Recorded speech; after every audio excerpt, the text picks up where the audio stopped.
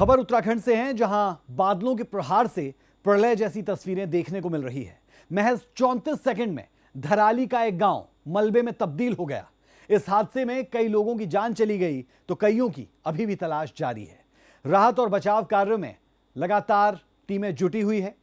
बारिश बढ़ती है तो मुश्किलें और बढ़ जाती है। यह रिपोर्ट आपको जरूर देखनी चाहिए।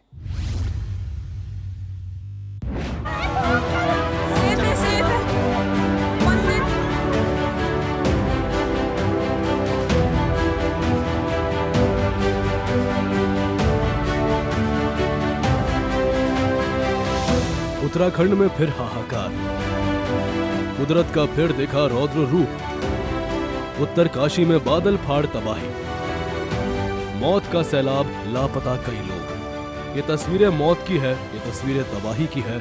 जी हां, उत्तराखंड के उत्तरकाशी का ये भयानक वीडियो जिसने भी देखी वो सहम उठा।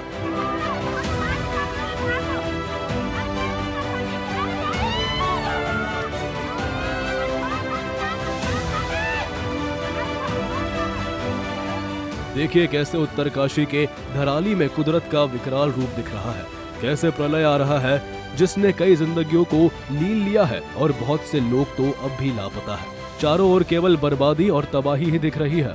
साल 2013 में उत्तराखंड ने जो कुदरत की मार झेली थी उसे कोई नहीं भूल सकता। एक बार फिर से उत्तराखंड में आपदा का ये मंजर हर ओर नजर आ रहा है।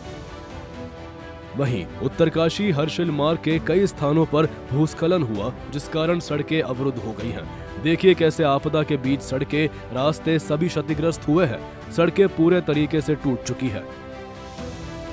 आपदा के कारण कई सड़कें क्षतिग्रस्त हुई है। भटवाड़ी के पास पूरी तरह सड़क मार्ग वॉश आउट हुए हैं। उत्तरकाशी के धराली गांव तक पहुंचने में मुश्किलें आ रही हैं। रास्ते बंद होने के कारण राहत कार्य में दिक्कतें आ रही हैं। इधर सीएम पुष्कर सिंह धामी ने भी पूरी घटना को लेकर नजर बनाई हुई है। सीएम धामी आपदाग्रस्त धराली गांव भी निरीक्षण के लिए पहुंचे। सीएम ने बताया कि पूरी कोशिश है कि राहत बचाव कार्य तेजी से जारी रहे ताकि लोगों को बचाया जाए। जो हमारा कल धराली की आपदा आई है, उस आपदा में सभी एजेंसियां हमारी वहां पर काम कर रही है। सेना के लोग भी काम कर रहे हैं बचाव और राहत के काम में। आईटीबीपी लगी है, एनडीआरएफ, एसडीआरएफ और स्थानीय लोग, सभी लोग आगे आकर, हमारे जनप्रतिनिधि सभी लोग बचाव के काम में लगे हैं। कल लगभग 130 के लगभग लोगों को रात को रेस्क्यू किया गया है और अभी लगातार खोजबीन जारी है। रास्ते में चूंकि काफ़ी ज़्यादा मौसम खराब होने के कारण से अनेक स्थानों पर मार्गों का जो संपर्क है वो कट गया है और कुछ पुल भी जो है क्षतिग्रस्त हो गए हैं। उसके कारण से वहाँ पर पहुँचना भी मुश्किल हो रहा है, लेकिन उसके बावजूद भी सभी एजेंसियां, सभी लोग जो वहाँ पर पहुँच गए हैं, रेस्क्यू के काम में लगे हैं। हमने राज्य के स्तर पर भी 10 डिप्टी एसपी, 3 एसपी और लगभग 160 पुलिसकर्मी भी इस काम में लगाए हैं जो राहत और बचाव के काम को करेंगे। इसी प्रकार से आपदा राहत का जो परिचालन केंद्र है देहरादून का, वो 24 घंटे काम कर रहा है, 24 घंटे समन्वय बना रहा है। वहाँ से 3 वरिष्ठ अधिकारी भी इस आपदा के लिए डिप्यूट किए गए हैं, जो यहाँ पर पहले अपनी सेवा देकर गए हैं डीएम के रूप में या अन्य किसी जिम्मेदारी पर यहाँ पर रहे हैं।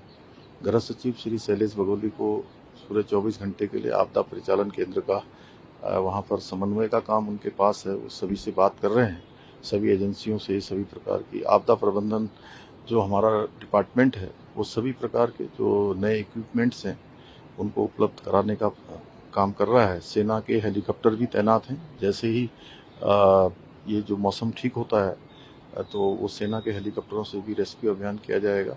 उत्तरकाशी में बाढ़ से करोड़ों रुपए की संपत्ति का नुकसान हुआ है। बाढ़ में कई गाड़ियां बहने की खबर है।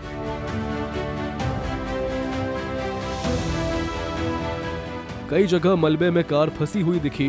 हालांकि एनडीआरएफ और एसडीआरएफ की टीम राहत और बचाव कार्य में जुटी हुई है। वहीं उत्तराखंड में मौसम विभाग ने मौसम को लेकर अलर्ट जारी किया है। मौसम विभाग ने प्रदेश में भारी बारिश को लेकर चेतावनी दी है। अगले 24 घंटों के लिए भारी बारिश का अलर्ट जारी हुआ है। अलग अलग क्षेत्रों में भारी से ज्यादा भारी बारिश का रेड अलर्ट है। उत्तरकाशी, रुद्रप्रयाग, चमोली, बागेश्वर, पिथौरागढ़ और हरिद्वार, नैनीताल, उधम सिंह नगर में भारी बारिश का ऑरेंज अलर्ट है। प्रशासन की लोगों से नदी नालों से दूर रहने की अपील की गई है। केदारनाथ यात्रा को अस्थायी तौर पर रोका गया है। देहरादून, हरिद्वार, टिहरी, चमोली, उत्तरकाशी के स्कूलों में छुट्टी घोषित हुई है। साल 2013 में आए प्रलय को कोई नहीं भूला है, लेकिन फिर से उत्तराखंड में आपदा से हाहाकार मची हुई है। कुछ पलों में सब कुछ तहस नहस हो गया है। फिर से उत्तराखंड में कुदरत ने चोट पहुंचाई है। हालांकि अभी रेस्क्यू जारी है, लेकिन जो लोग लापता है उनकी कोई खबर नहीं है। प्राथमिकता यही कि जल्द से जल्द सभी को बचाया जा सके। ब्यूरो रिपोर्ट, सूर्य समाचार।